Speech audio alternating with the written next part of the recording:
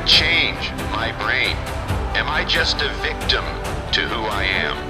I'm your host, Steve Sisler. Stay tuned for another episode of Behavioral Insights.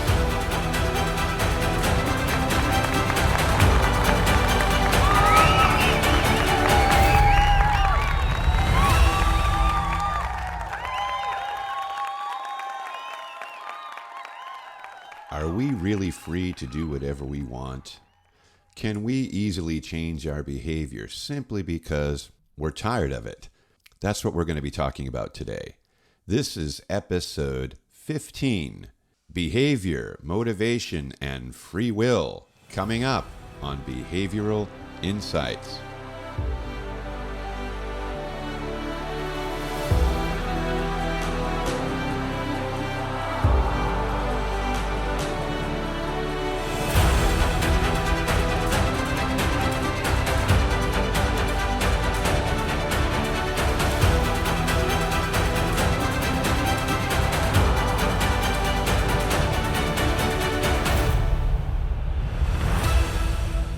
Okay, it's time to talk human behavior.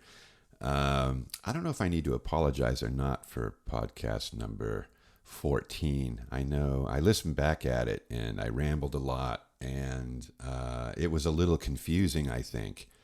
Numbers and crap.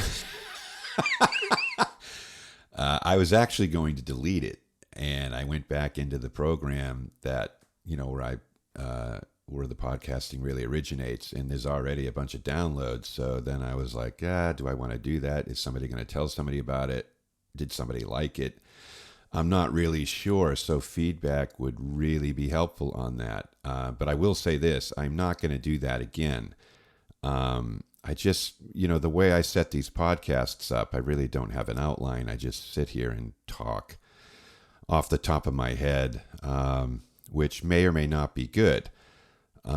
So this is a learning experience for me. I'm not a, quote, podcaster extraordinaire, unquote. I'm just Steve rambling into a mic, trying to get these thoughts off the top of my head and off my heart. So feedback is really appreciated on that. But hopefully, not hopefully, going forward, it's going to be better. I personally did not like the way that turned out. So I'm going to, dumb it down a little bit. It's just not, I know what I'm talking about, but not everybody else does. And when I get in the weeds like that, I know you'd rather strip down to your underwear and sit on an anthill than listen to that kind of podcast. So, definitely changing that. All right. Where are we? We're going to be talking about behavior, motivation, and free will. What makes me a free moral agent in the world? Basically capable of doing whatever I want, whenever I want, however I want, in the world. You know what? I'm going to go out there and kill that lawn guy. It sounds like he's riding a Harley around out there. I don't know if you can hear that or not, but it's driving me crazy. All right, back to this. See how easily distracted I get. So the idea that we humans are entirely free to do whatever we want is known in philosophical circles as libertarian free will. This belief is based on the idea that metaphysically we can act freely in the world.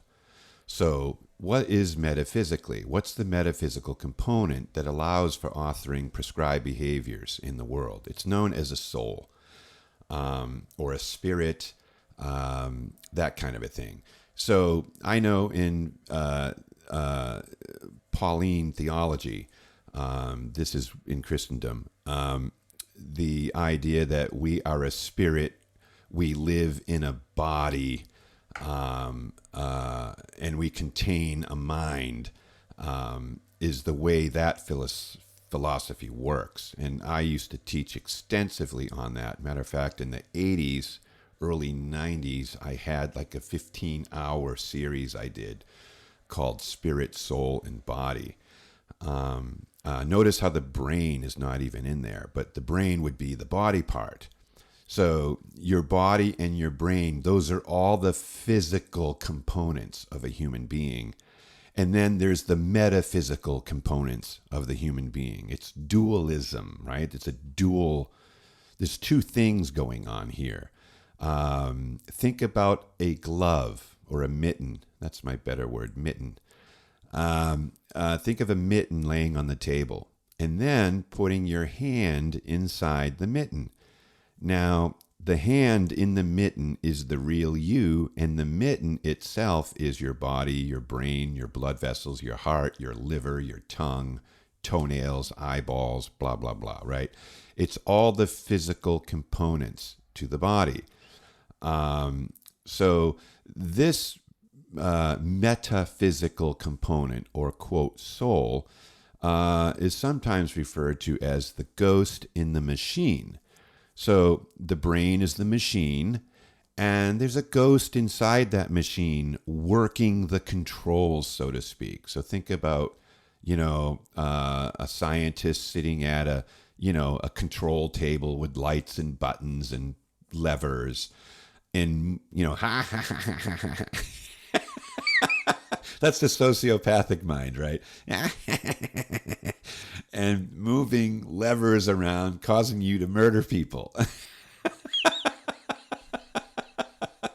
Or whatever. But this is how people think. And this goes way, way, way, way back into history, where human beings, are trying to figure out what the heck is going on in the world.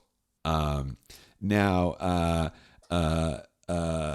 this philosophy, the soul affects the brain, or it actually uses the brain as an instrument or like a vehicle for carrying out its free will within the physical earth. So it is in relationship to the soul. So I desire to do something. I have an intention, right? I intend to help you out, seeing you're down and out this week. That's the soul desiring to help. That's the real you. Well, then let's say I look at my bank account and I'm like, oh, sorry, I can't help you. That's the brain talking the soul out of doing what it knows it should do best. So now I'm blaming my lack of action on my flesh. Okay, you've heard the old saying, the spirit is willing, but the flesh is weak. And so this is actually a rather genius philosophy. So we now get to judge everybody based upon what they do, and then we get to judge ourselves based upon what we intend to do. So we judge everybody based on their actions, we judge ourselves based on our intentions, and we actually get away with it. But is that really what's going on? Well, I'm here to tell you otherwise. So our actions, can they be adjusted? Can they be changed forever? Can your behaviors and your motivations be changed with a simple desire to change it, just by simply changing your mind? Yeah, I'm not doing that anymore. That's what we're going to talk about, because when you get into the workplace, or when you're in a relationship, or whatever the case may be, and you have behaviors that don't seem to be on your side, you know as well as I do, it's not that easy. And I'm here to tell you why. And so it's important that you pay attention to this.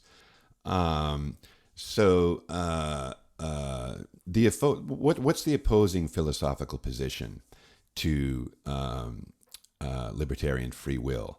It's known as determinism. And what is that?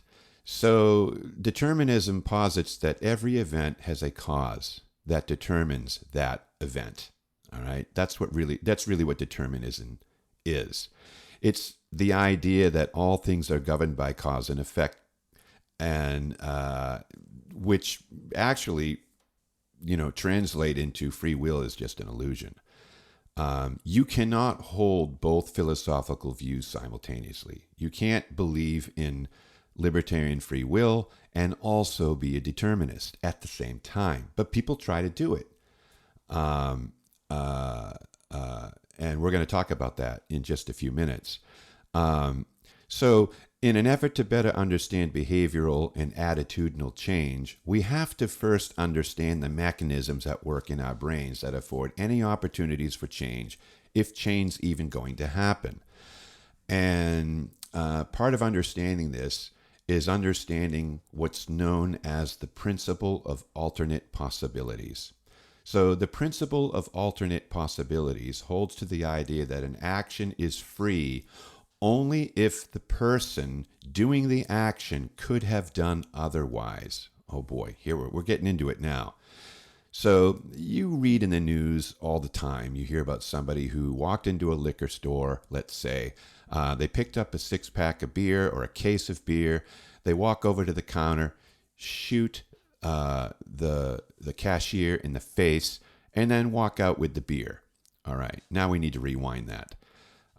Let's go 30 minutes, 10 minutes, 15 minutes before this individual, this sociopath, enters the store.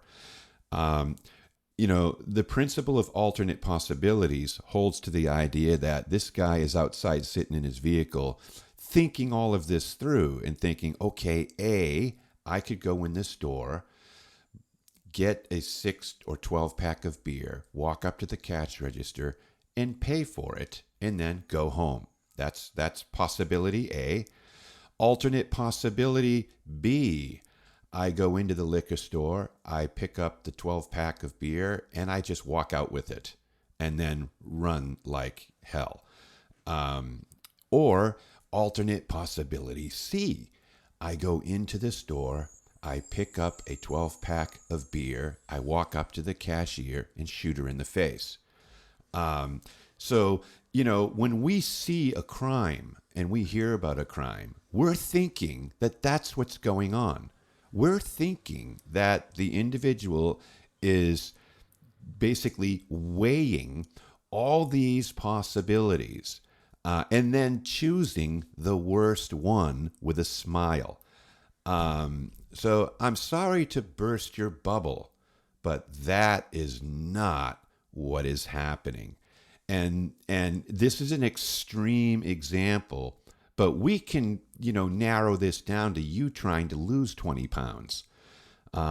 You're not sitting there going, all right, what can I do? I can stop eating all those carbs and eating ice cream while watching television and blah, blah, blah, blah, blah. That's alternate possibility A.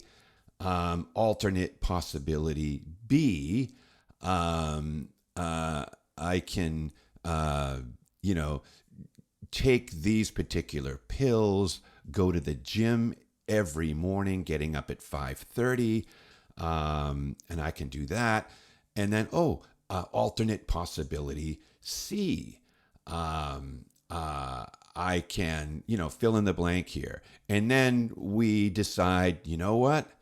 I'm going to do alternate possibility B. And then alternate possibility B lasts a week. All right. Then you're back at it again. And people say, hey, what happened? I thought you were, and then what do we do? Aha. What do we do when we get caught doing this? We create a post hoc story in order to justify the position we're in when we're caught. That's exactly what every human being does. All right. So this is really what we're talking about. Behavioral change. Is it easy or is it hard? It's really, really hard. And our clients know that when they come to us, especially if somebody's told them about us, that they're going to work. They're not getting magic pills from the behavioral resource group. That's just not how it works. And so this principle of alternate possibilities is important. So determinism, by its very nature, disallows options. That's what you have to understand. Determinism, by its very nature, disallows options. And libertarian free will, by its very nature, has options because there's two components. There's the brain and the soul. And the soul is the good guy. And the brain is sometimes the good guy, sometimes the bad guy. But when the good guy wins, we do what we want. And the brain can't stop us, right? Those are the two possibilities. I want to say it again before I go on because I don't want you to forget it. Determinism, by its very nature, disallows options. Libertarian free will allows you the options, and the good guy is pulling the strings, and that's the ghost in your machine. Okay? So, if everything I do is because of a background cause, known or unknown, then according to determinism, I do not have free will. Okay? The fact is, we humans claim far greater autonomy than we actually possess. This is really important. All right. Now, libertarian free will claims I did what I did simply because I decided to do it. So I stole the beer, I shot the cashier because that's what I wanted to do. Now, I want you to think about this for 1 minute. You need to get off your philosophical horse for a second and think about this. Do people sign up for prison voluntarily? Do they do that? Okay? I know what the answer is, but I don't know if you know what it is. Now, I'm talking about generally speaking. Okay? Do people sign up for that? Well, the answer is no if you can't figure that out. The answer is no. People don't sign up for that. People don't wake up one morning, yawn and stretch and go, I think I'll go to prison for life today, and then create circumstances to make that happen. That's not what the brain is doing. But if you believe in libertarian free will, that's what you think the brain is doing. And so, do people get up in the morning and go to work and say, I think I'm going to get myself fired today?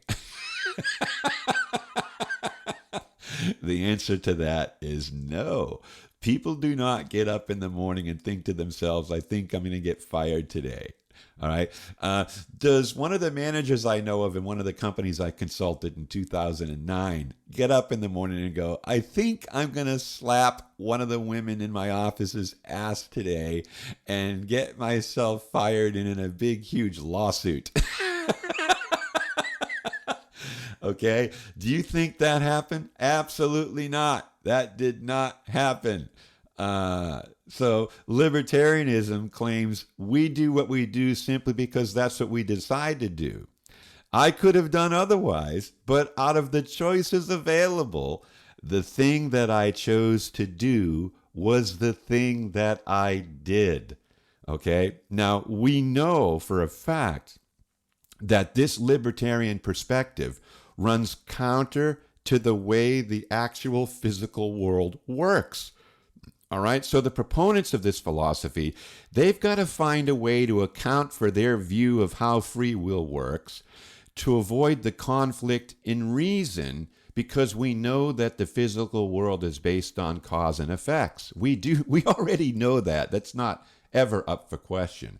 So the way libertarians do this is by coming up with two causations. The first one they call event causation, and the second one they call agent causation. All right, now let's look at these two things. Event causation says that no physical event can occur without having been caused by a previous physical event that affected it. All right, the 9 ball on the pool table doesn't move unless it's hit by the white ball. What is that? The cue ball? The white ball. Other than that, the 9 ball's not going anywhere. We understand that's how the physical world works. So they agree that the physical world is deterministic by nature. All right. Agent causation says that an agent, a person, provoked by their mind, can start a whole chain of causality that wasn't caused by anything other than the mind itself. I did thus and such simply because I decided to do it. There's no other event causation available. It was a decision causation. All right. That's what agent causation is. So this begs this this begs the question, where do these free decisions to do whatever we choose to do and that launch a new causal chain of events come from? All right. Why do we make one decision over another? All right. So you have to answer these questions. You just can't pick event causation or agent causation and go on your merry way. You got to make sense of this stuff. But let me tell you something. People don't make sense of hardly anything. They just do things. It's unconscious. 85% or more of what you're doing, you're not thinking about. All right? You're just doing it. I remember when I used to own a stick shift. I owned a stick shift for many years, and I can remember going places, and then when I would arrive, I don't even remember shifting. I don't even remember shifts. If you asked me how many times I shifted and you put a gun to my head, I wouldn't even be able to tell you because it's unconscious, all right? And so the brain is this is how the brain functions. If it didn't function this way, you wouldn't be able to do anything. Do you know that if your brain didn't function the way it does, it would take you, if let me say, put it this way, if your brain was like a computer, right? It's basically running through scenarios with as ones and zeros in an effort to calculate and come to a conclusion. It would take the average human being 72 years to get dressed in the morning. All right. Now, why would it take 72 years to get dressed? Because the brain's having to negotiate 11 pieces of clothing, and we have to go through every single sequence imaginable in an effort to find the best one and then use that to get dressed. That compute would, take about 72 years. So what does your brain do? Your brain is a self-organizing patterning system. So what it does is it follows patterns. So as for the first 4 years of your life, you have somebody dressing you, and then your brain memorizes the pattern. So when it's time for you to get dressed, you just follow the pattern or the imprint that was made in the brain, and that saves a lot of time and energy. So very important to understand how your brain is actually functioning. All right. Why do we make one decision over another?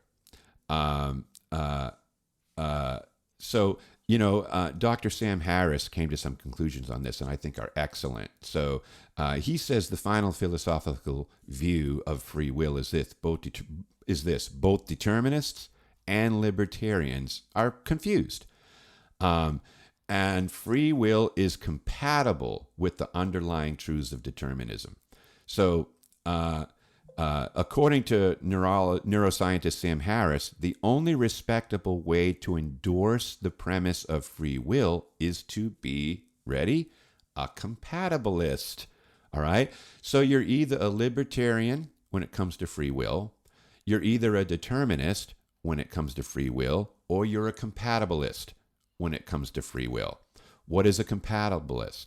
A compatibilist marries determinism and libertarian free will at the altar of stupid.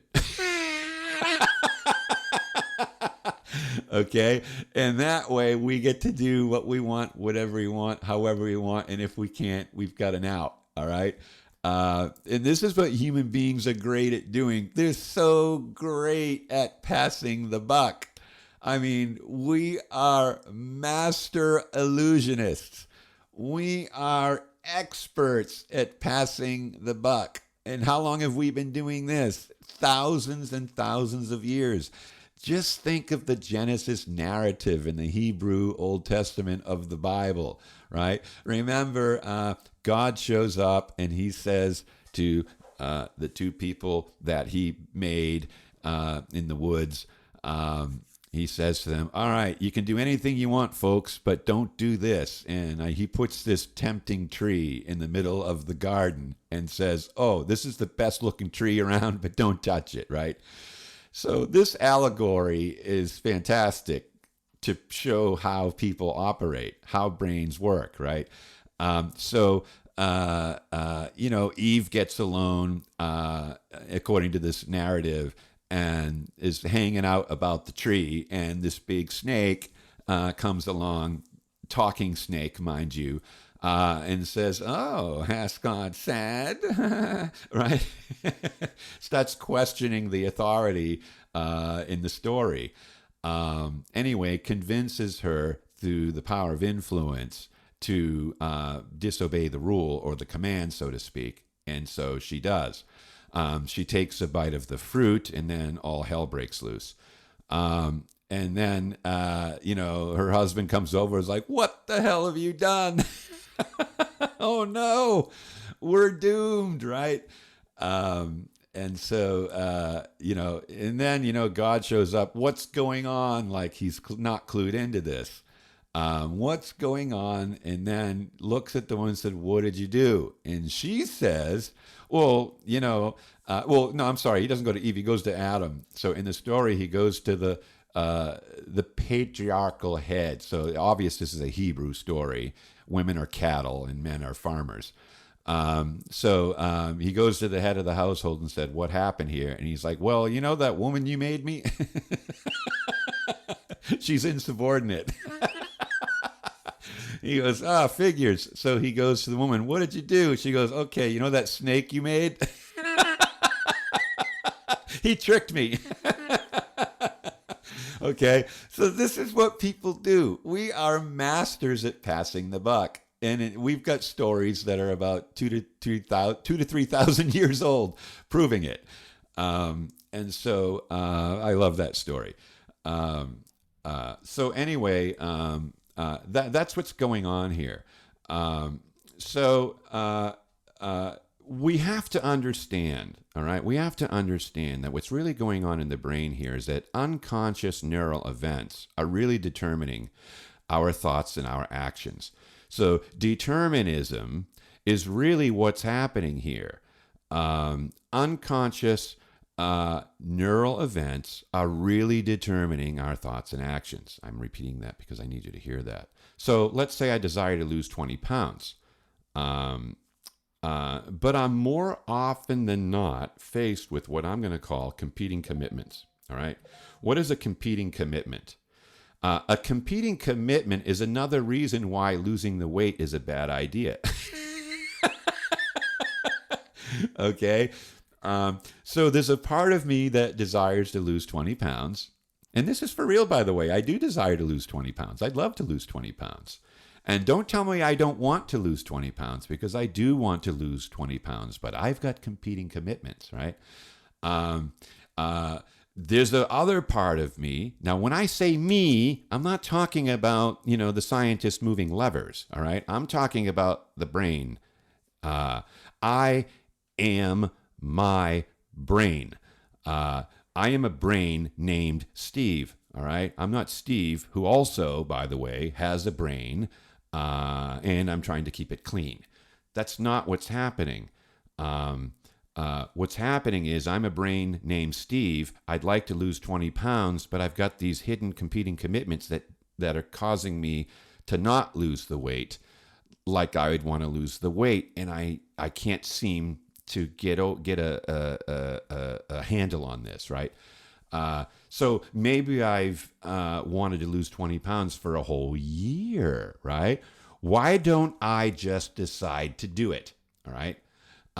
Why don't you just decide to do it?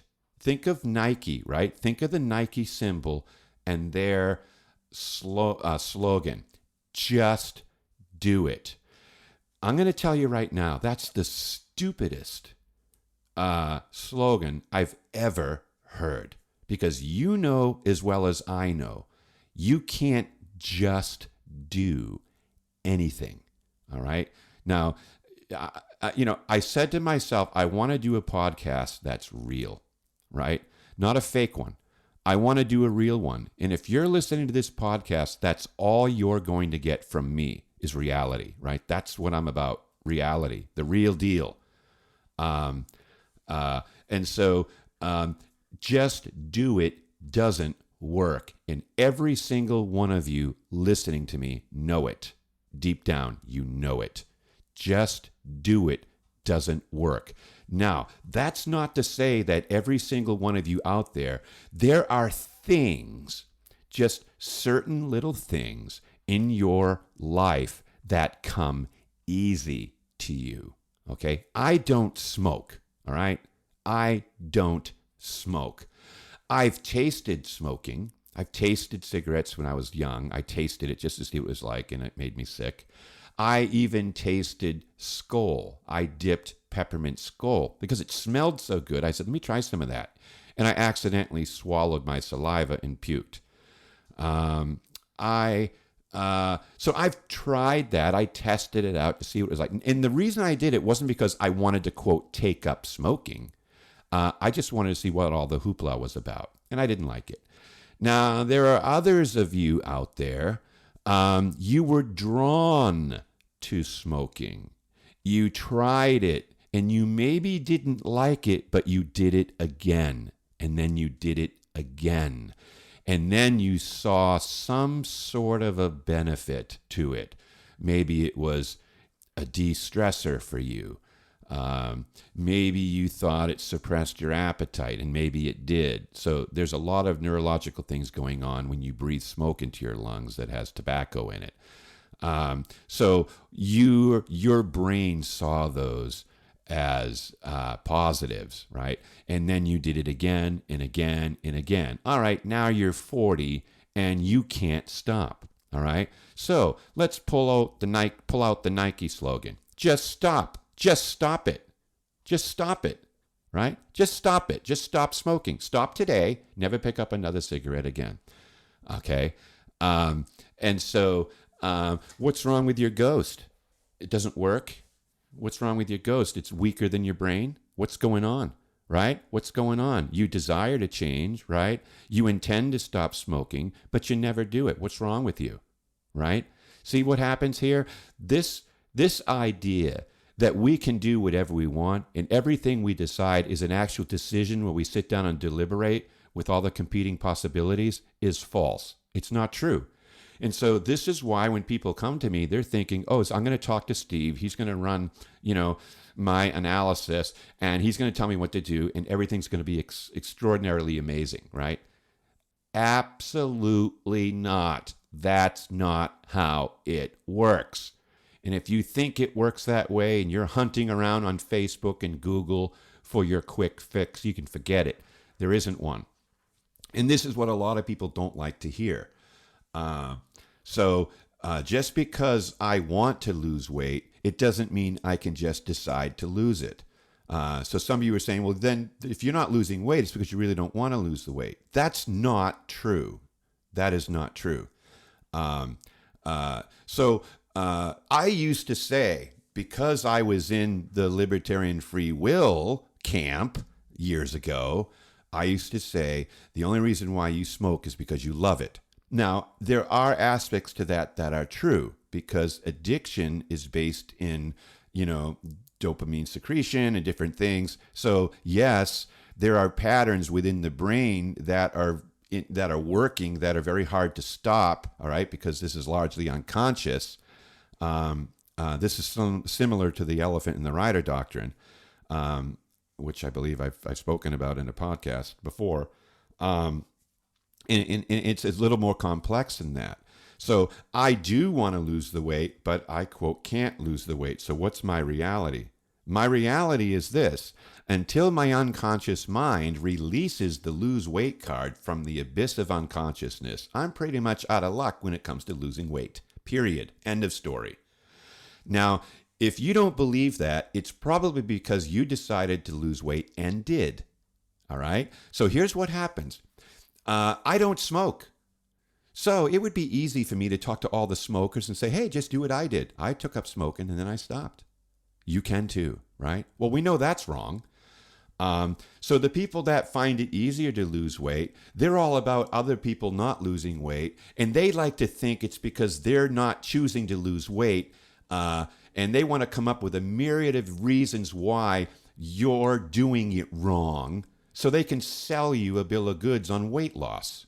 Okay, this is how it works, folks. Wake up. This is how it works. So we judge everybody based upon the things that come easy to us, and we judge ourselves based upon the things that come easy to us. And now we're wonderful, and you're not. That's what happens, folks. Get it in your brain. That's what happens. So maybe you desire to leave your job. Well, there's the door, right? Is it more complex than that? You bet it is. Maybe your desire is to fix your marriage. Well, fix it. Fix it tonight. Just fix it. And then tomorrow, it'll be all better, right? Fill in your own blanks here. That's crazy talk. So what we desire is not what we end up doing. Not by a long shot. We are not the conscious source of our thoughts and actions. This is why the world is so screwed up, because we think we are, and this is why we don't get it. This is why we look at people and say, what's wrong with people? All right? Our thoughts do not begin in the area of our brain that is conscious witness to those thoughts. Did you get that? Your thoughts do not begin in the area of your brain that is conscious witness to those thoughts. Decisions don't begin in consciousness. They only appear in consciousness only after the decisions have already been made. Let me say that again. Decisions don't begin in consciousness.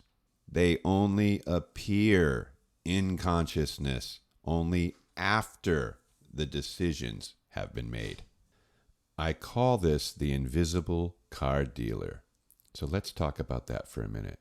The psychologist Benjamin Libet is known for his remarkable findings after he proved using EEG that activity in the brain's motor cortex can be detected some 300 milliseconds before a person feels that he or she has decided to move a finger. What does that even mean? Your brain, if it's being measured, like on EEG, for instance, or even fMRI, you'll get the same results. Shows activity, unconscious activity before you're conscious of that activity.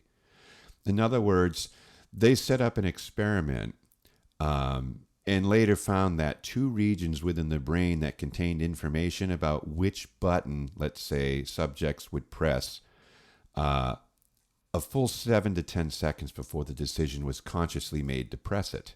So I want to press this button. I think I know which button I'm going to press. And so once I decide to press it, I press the button. But the whole time I'm doing that, they're running fMRI on me. I'm in an fMRI machine while this is happening.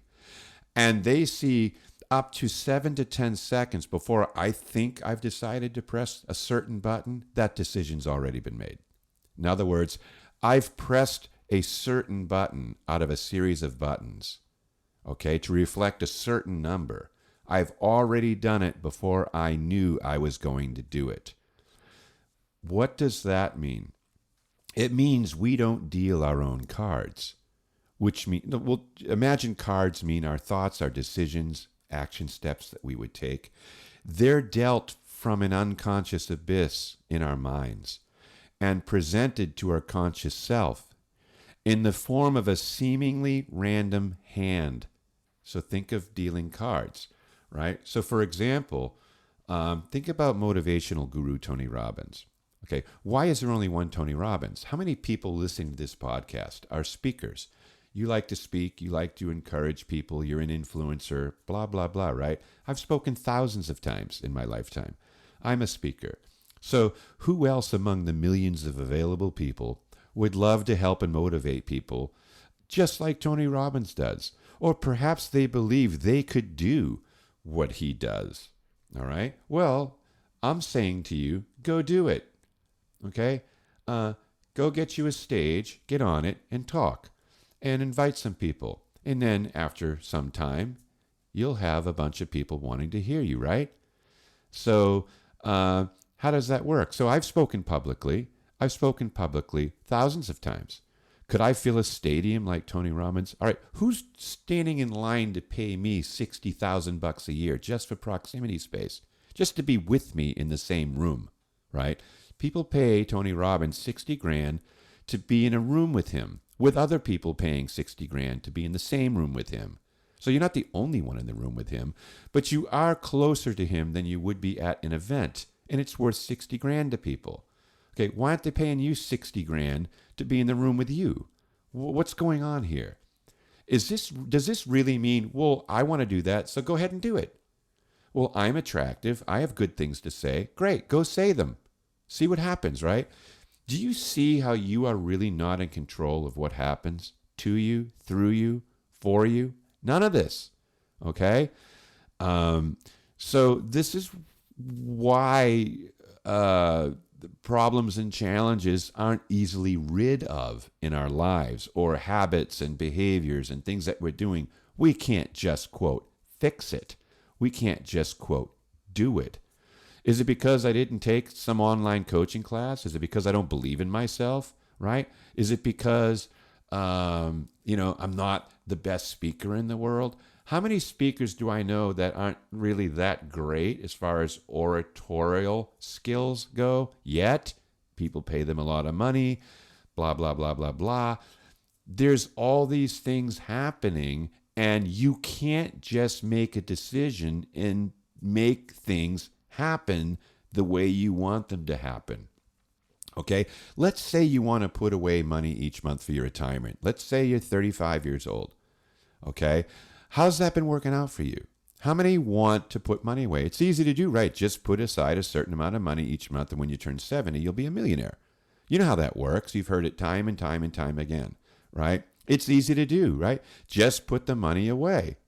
Well, here's what's weird. According to a recent article published on CNBC by Esther Bloom, if you're overwhelmed by the financial responsibilities of day-to-day life and more focused on making it to the end of the month than on the possibility of being able to save for your distant future, guess what? You're not alone. In fact, according to this article, the vast majority of Americans have under $1,000 saved. And half of all Americans have nothing at all put away for retirement. So this is a quote from that article. Nearly half of families have no retirement account savings at all. And this is according to the Economic Policy Institute. Even in savings vehicles such as IRAs and 401ks, things like that. So 69% of Americans have less than $1,000 in savings. 69%. Let me say that again. 69% of Americans have less than $1,000 in savings. The median for U.S. families is just $5,000. And the median for families with allegedly some savings, quote, $60,000. And according to a 2016 Go Banking Rate survey, 35% of all adults in the U.S. have only several $100 in their savings account. And 34% of those have zero, nada, nothing. All right? Why is this? That's the question. Why is this? Everybody's thinking of their future. A lot of people are thinking of their future. A lot of people want to put money away. Well, go do it. Just do it, right? No, that's not it. Is it that nobody cares? Nope. Is everybody stupid? Nope. You might want to think they are because you have money put away. And that means you don't realize that that comes easy to you, but it doesn't come easy to everyone, right? So you might think you can't afford to save part of your income. All right, then go get a better job. Just go get another job, right? Why don't you start your own business? Be the next Jeff Bezos. He's worth $160 billion. Go do that, right? Go invent something. Go take a chance. Make it happen, right? Just do it, right? He's the same age as me. Who? Bezos. He's the same age as I am. Where did I go wrong? Or, think of this. Or did I go right And I'm comparing apples to oranges if I'm thinking of what I do and how I act and react in the world and how Jeff Bezos acts and reacts in the world. You cannot decide the life you're going to have. You can only play the life you've been dealt. Perhaps you may have lost the weight you've been trying to lose for some time now. Let's say that. You can't account for why you were able to lose it this time, but you couldn't lose it last time. All right? You have no clue as to why this time you stuck with it and you couldn't stick with it last time. You know what? Nobody knows why. All right? So what do we do when all of a sudden, for some crazy reason, all the planets align and you're able to make a change in some area in your life? What do? Okay? We create what's known as a post-hoc story. And this story tells our conscious self why we're so amazing and determined this time around. But you know what it really is? It's a made-up story to justify our current state of affairs, which could change tomorrow, and you don't know why. Period. We are incapable of verifying our failures in the past, so we justify our present, no matter what it looks like. All right? That's how we're doing this. You'll justify your failed marriage, or perhaps your failed business venture. You might think the economy wasn't in your favor, or your mate wasn't as committed as you were, right? This is how we do it. If you cheated on your mate and blew up your own marriage, the odds are really good that you've already come up with a story to justify this mess you've created. The fact is, we don't know why we do the things we do, and we don't know why we can't do all the things we would like to do. Okay? Like save your money, build a successful business, fix your broken marriage. This is nothing new. People have been doing this for years. They've been doing it for thousands of years. We've always struggled with free will. Even as far back as the 1st century, human beings were struggling with free will philosophies and coming up with post hoc reasoning to justify current actions. I want you to consider St. Paul in his letter to the Romans in the New Testament of the Bible. This is about to get brilliant. I'm going to quote. This is Romans chapter 7, verses 15 through 20, for those of you who are unfamiliar with the Bible. Here's what the Apostle Paul said. I do not understand what I do. For what I want to do, I do not do. But what I hate, I do. And if I do what I do not want to do, I agree that the law is good. As it is no longer I myself who do it, but it is sin living in me. For I know that good itself does not dwell in me, that is, in my sinful nature. For I have the desire to do what is good, but I cannot carry it out.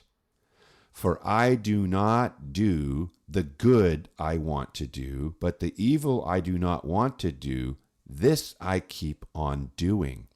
Now, if I do what I do not want to do, it is no longer I who do it, but it is sin living in me that does it.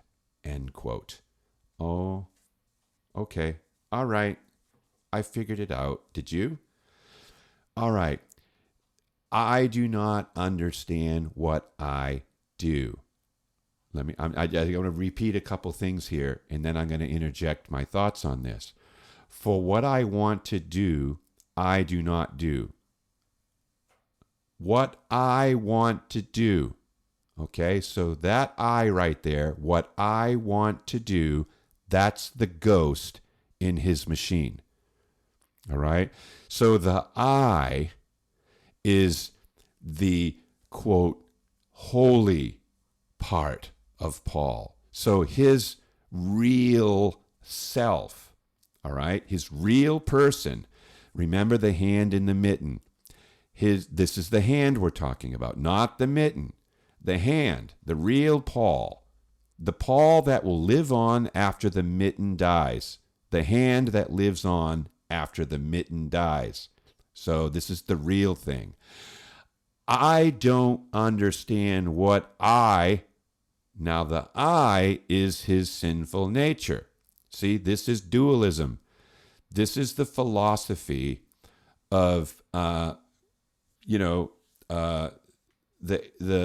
Pauline theology here. So this is Christian doctrine, all right? He says, I agree that the law is good. So the good guy, he looks at the law and says, hey, that's a good thing. Unfortunately, I can't keep it. Who's the I he's talking about there? My brain and my body. Okay? So when he says, now if I do what I do not want to do, it is no longer I who is doing it. It is sin living in me that does it. It is not me, it's my body. And then he goes on to say somewhere else, who shall deliver me from the body of this death? So Paul's philosophy is there's two parts.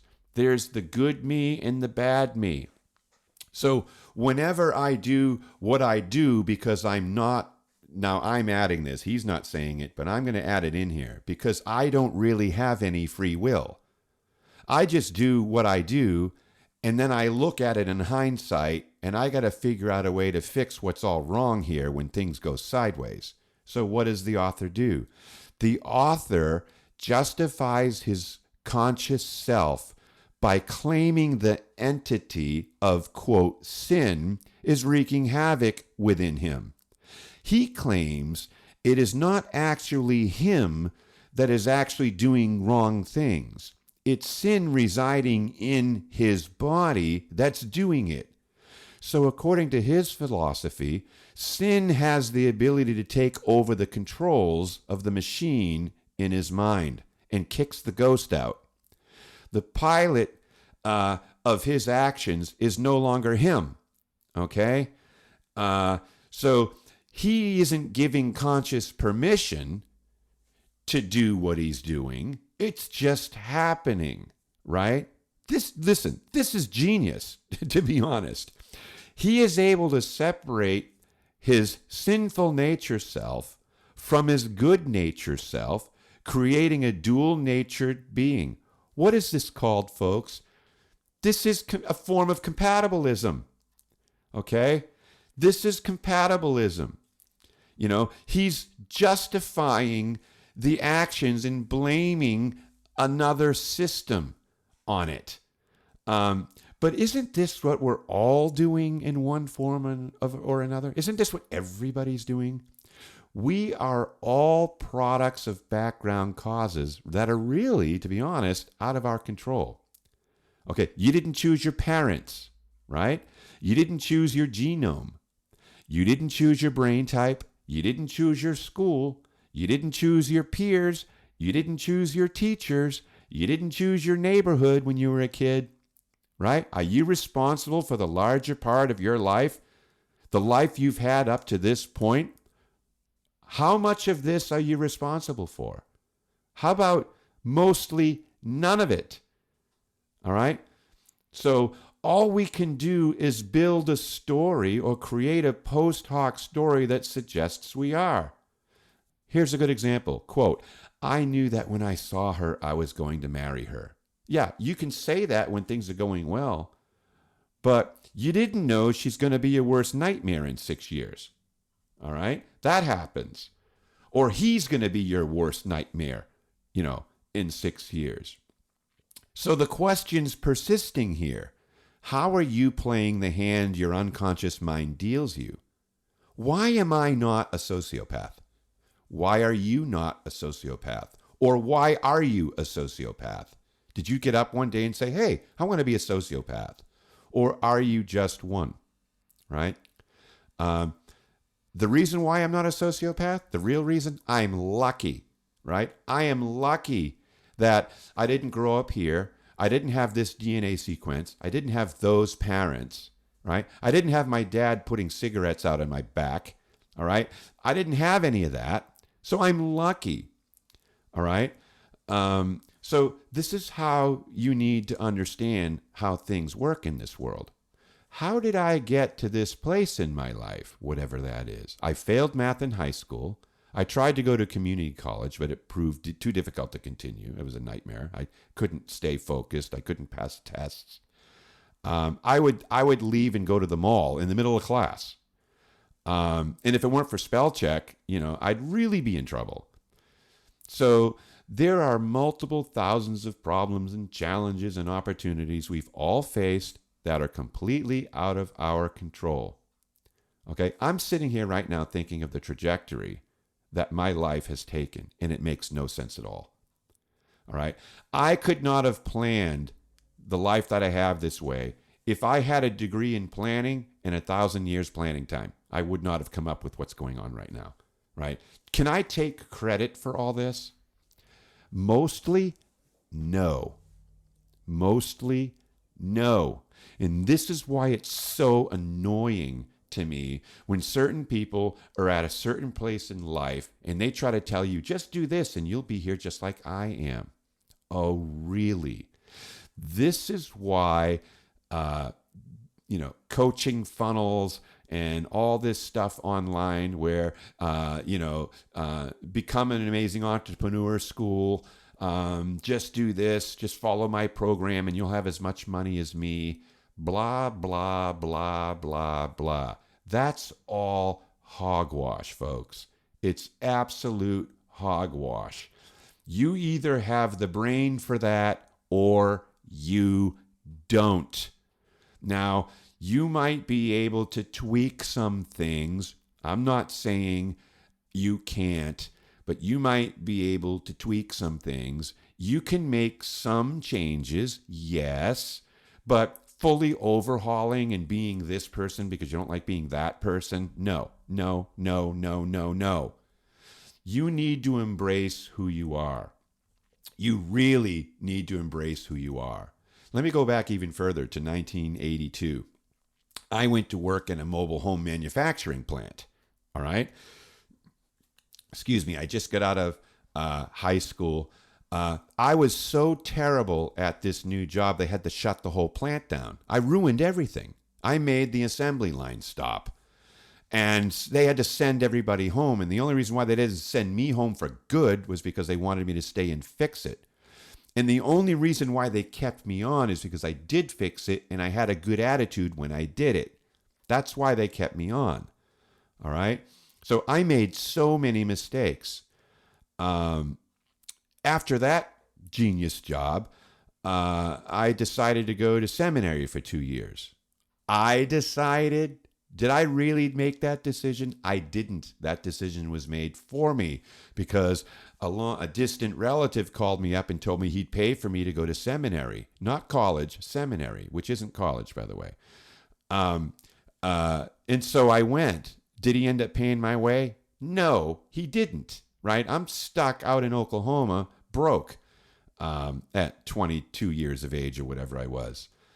He didn't pay for it. He left me in a lurch out there. He justified his own post-hoc story for why he didn't do what he said he was going to do by telling me that I grew up with a silver spoon in my mouth. I had everything handed to me on a silver platter.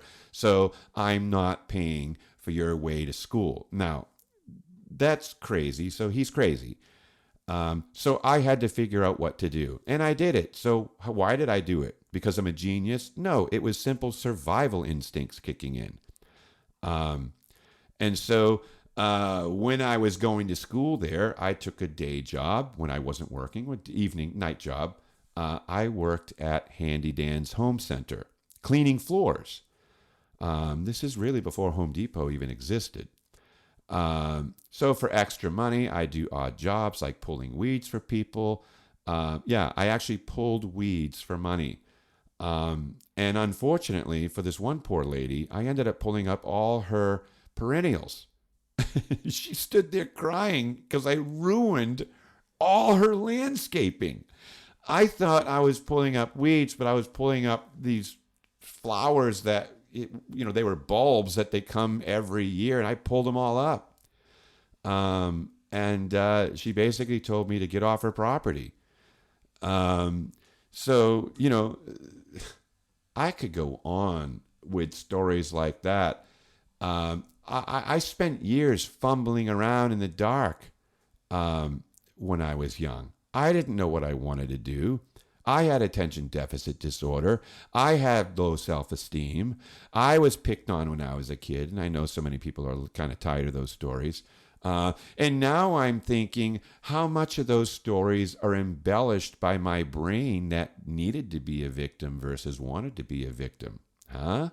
Like, how much of our life, your memory only goes so far back. After that, you make everything up. And it's either close to what happened, is exactly what happened, or is nothing like it happened. We don't know, right? But everyone else will, that remembers your actions and your circumstances, but you yourself, you'll create the circumstances that benefit you right now. And we're talking about circumstances from 20, 30, 40 years ago. You will invent the circumstances that best fit your current story. That's what we all do. So this is the way this works. So anyway, what do we do? Like, how does this work? Are you just a moist robot, as some people call it? Yeah, you are. You're a moist robot. All right? You have some control over some of your life, but all of those things remain in the conscious part of your mind. Those are the things you've got control over. One of the experiments, I'm going to close with this, by the way, just so you know this is coming to an end. But one of the experiments I do in my speaking, when I'm speaking to larger groups, I will ask everybody in the crowd to think of a city, one city in the world. Just think of a city, and I'll give you about 3 seconds. Come up with a city. And you see everybody just staring at you thinking, and then you say, okay, how many have a city? And everybody puts up their hands.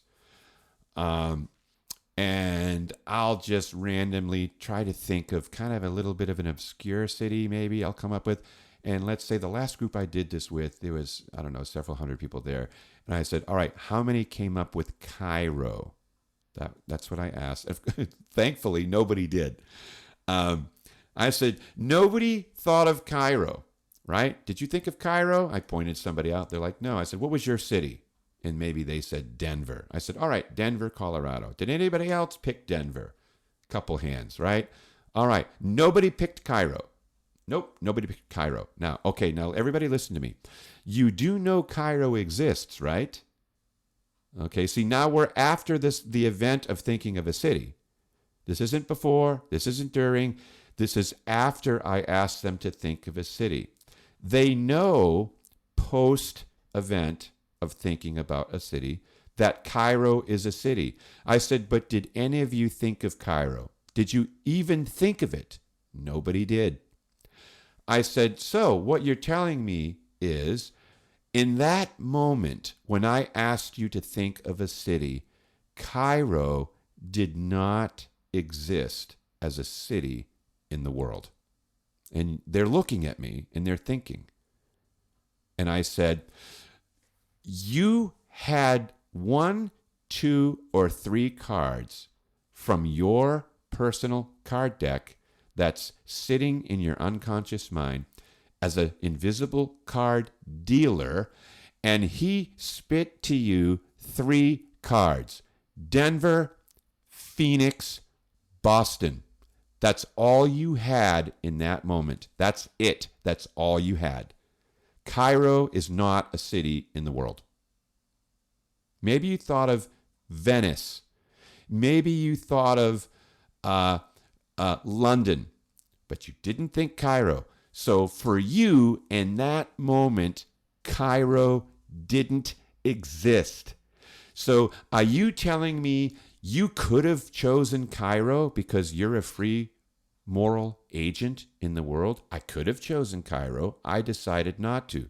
No, you could have chose Denver, Boston, or Phoenix, because that's the only cards you had. And the fact that those are the only cards you had wasn't up to your conscious mind. It was up to your unconscious mind, because those are the only cards it gave you. You're out of luck when it came to Cairo. Well, I want to lose weight. Well, did your invisible card dealer give you the lose weight card? Nope. Then you ain't losing weight. Period. You can't do what you want. You can only play the cards you're dealt from your unconscious mind. Now, I want you to think about all this. And if you have to listen to this again, listen to it. Because this is what's going on. All right? So when people call me up and say, hey, I have a manager and this is the way he's doing and this is what's going on. We've tried everything and we can't seem to change it. So you can fix this, right? I don't know. Maybe. I need to talk to this person. Let's see what's going on. Let's see how deep into this mind I can go. Let's see how this person thinks. I want to talk to the card dealer, right? So I run all my analysis to kind of figure out the kind of cards are being dealt here, right? And you know what? Sometimes I get back to them and say, nope, you're stuck with them. What do you want to do now? Right? You can't do whatever you want. That's not true. That's not true. Now, I think I might be very unpopular based on this particular podcast. I might be very, very unpopular. But you know what? I don't care, because I am in the business of helping you be the best you imaginable. And that means telling you the truth. And that means helping you understand how your brain is working. And that means making sure you live in a most comfortable spot where you're playing the 8 of clubs you're consistently dealt. So now you're winning because you're not thinking ace all the time. You're thinking 8 of clubs because that's where you're at. And that's where your best results are going to come from. And then maybe once you've mastered those, we can move you up to a 9. But if you ain't being dealt an ace of spades, you can't do ace of spades work. Period. Done. End of story. And that's what you need to understand. All right, I'm going to end it there. If you want more about this, you can buy my latest book, What Moves Us, an integrated look at human motivation, because the very things I'm talking to you about are right in the first chapter, and then it only gets better. So this is Steve Sisler, and I'm signing off, and you've been listening to the Behavioral Insights Podcast.